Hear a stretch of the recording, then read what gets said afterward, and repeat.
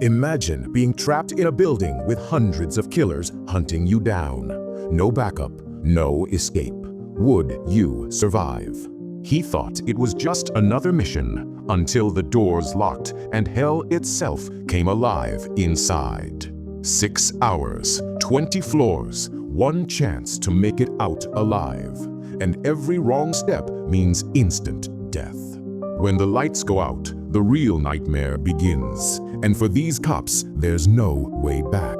They came to arrest a kingpin. Instead, they walked into his kingdom of death. One by one, they'll fall, but one man, one warrior, will rise from the ashes.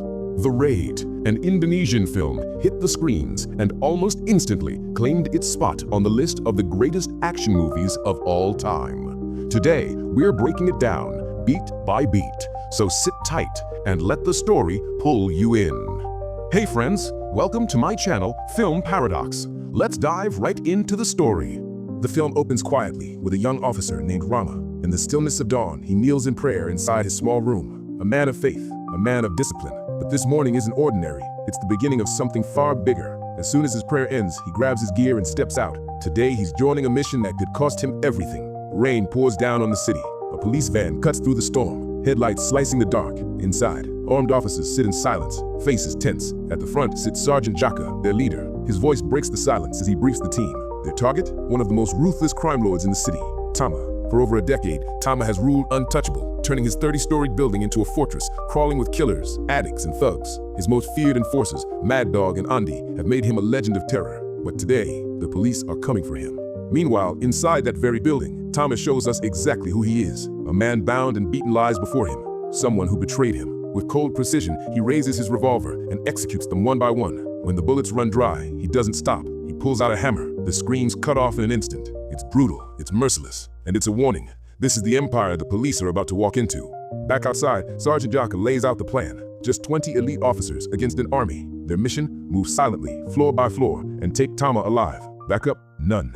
This is it. They split into 2 units, creeping toward the building under cover of rain. At the entrance, a lock-picking specialist goes to work. Click. The door slides open. They slip inside. In the shadows, they move like ghosts. A guard sits watching TV, oblivious. One officer loops a wire around his throat and drops him without a sound. The team pushes upward. On the second floor, they stop a nervous man in glasses. He claims he's just getting medicine for his sick wife. The cops don't buy it and rough him up until Rama steps in. He sees the man's fear. His name is Gopal. Rama promises to help him later, but for now, he has to stay with them. The squad climbs higher, silently dropping enemies one by one. No gunfire.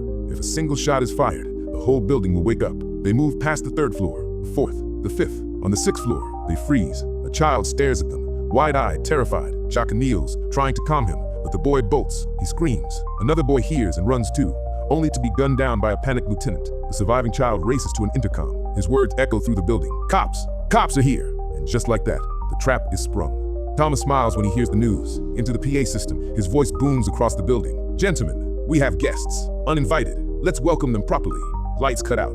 The building goes dark. From the rooftop, snipers take position, picking off officers below. On the ground, gunmen swarm the police van, riddling it with bullets until nothing's left but Swiss cheese. Inside, chaos erupts. The officer guarding their first prisoner is caught off guard. The thug breaks free, grabs a hidden machete, and slashes his captors down. Blood sprays, screams echo. The building comes alive, floor after floor, with Tama's killers. The police are outnumbered, outgunned, and cut off. Jaka's men fight desperately, but every hallway turns into a killing ground. Gunfire rips through the walls. Officers drop one after another. Jaka realizes they're being watched. Somewhere, Tama's men are seeing every move through a network of security cameras. There's no way out. Pinned down, the survivors crash into a room. Doors splinter as enemies close in. That's when Rama notices something. A hollow sound beneath the wooden floor. He grabs an axe, hacking through plank after plank as bullets punch through the walls. The enemy is seconds away. Finally, the floor gives way. One by one, the surviving cops drop down, escaping death, at least for now. But the nightmare is far from over. Tama's killers are everywhere, every corner, every shadow. The building is alive with violence, and survival feels impossible. The police came here for an arrest. Instead, they've walked straight into hell. Gunfire erupts from below. The thugs on the lower floor start spraying blindly upward, hoping to mow down anything that moves. Another cop goes down. Fear spreads like wildfire. Their squad is hanging by a thread. Just a handful of officers left alive. Bullets hammer the door non-stop, and the room is turning into a coffin. Rama refuses to give in. With one of his partners, he rigs up a homemade bomb, using a gas cylinder, a tank, and an old refrigerator. It's desperate, it's insane, but it's their only shot. As they shove the heavy contraption toward the door, another officer is killed. Rama doesn't stop. He pushes the bomb into the hallway. Then boom! The blast rips the entire floor apart. The building shakes. Tama and his men freeze at the sound. Andy, watching on the security feed, smirks. See, these cops aren't quitting anytime soon. But when he spots Rama's face on the cameras, something changes. He knows him. He hides his shock, but his silence speaks louder than words. Tama orders Andy and Maddog to lead the counterattack. Andy volunteers to go alone. Tama doesn't buy it. He sends 2 men with him. The moment the elevator doors close, Andy butchers them both. Cold, efficient, ruthless. Why? Killing his own men? That mystery will haunt us. Meanwhile, Jaka hides out with a couple of wounded survivors, while Rama struggles to drag his bleeding friend Bowo up through the busted floor. Bowo leans on Rama's shoulder, barely able to stand. Rama just keeps moving, determined to find shelter. He heads for Gofar's apartment, the man they ran into earlier. But before they can get there, 2 gangsters jump them from both sides. And then it happens.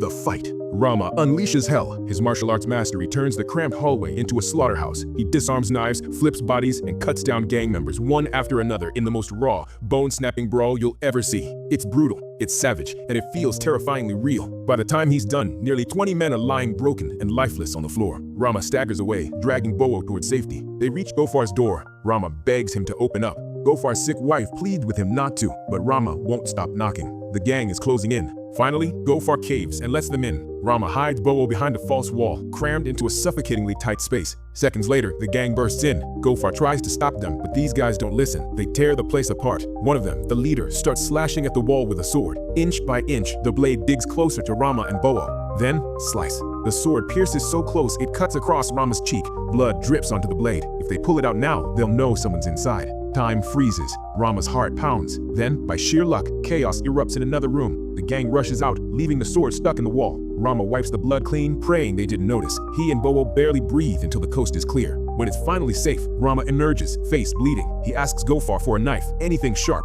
Using a dull butter knife, Rama digs a bullet out of his own flesh. No morphine, no bandages, just raw pain. Once patched up, Rama questions Gofar about the building, but Gofar refuses to give up information. He suspects that someone higher up, Lieutenant Wayu, has been feeding secrets to Tama all along. Leaving Bowo hidden, Rama heads back out, and once again, he runs straight into another wave of gangsters. No choice. He fights. They attack with blades, but Rama is faster, deadlier. 4 men go down hard, each kill more brutal than the last. Rama is cut up, bleeding, exhausted, but still standing. Unlike any other one-man army movie, this fight feels almost too real. Every punch, every stab, it hurts just to watch. Barely able to walk, glass shards in his body, Rama stumbles down a hall. Suddenly, a stranger grabs him. Instinct kicks in. Rama almost kills him on the spot, but the man whispers, "Quiet, this way." He pulls Rama into a hidden room.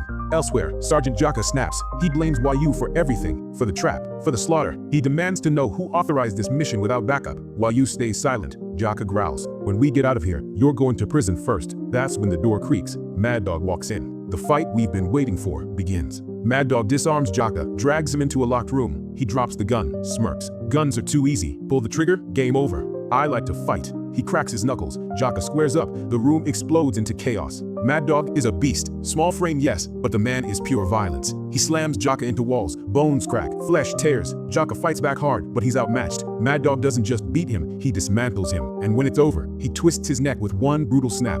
Jaka is dead. By now, most of the squad is gone. Only a handful remain. Rama survives, but then comes the biggest reveal of all. Andi, Tama's right-hand man, is his brother.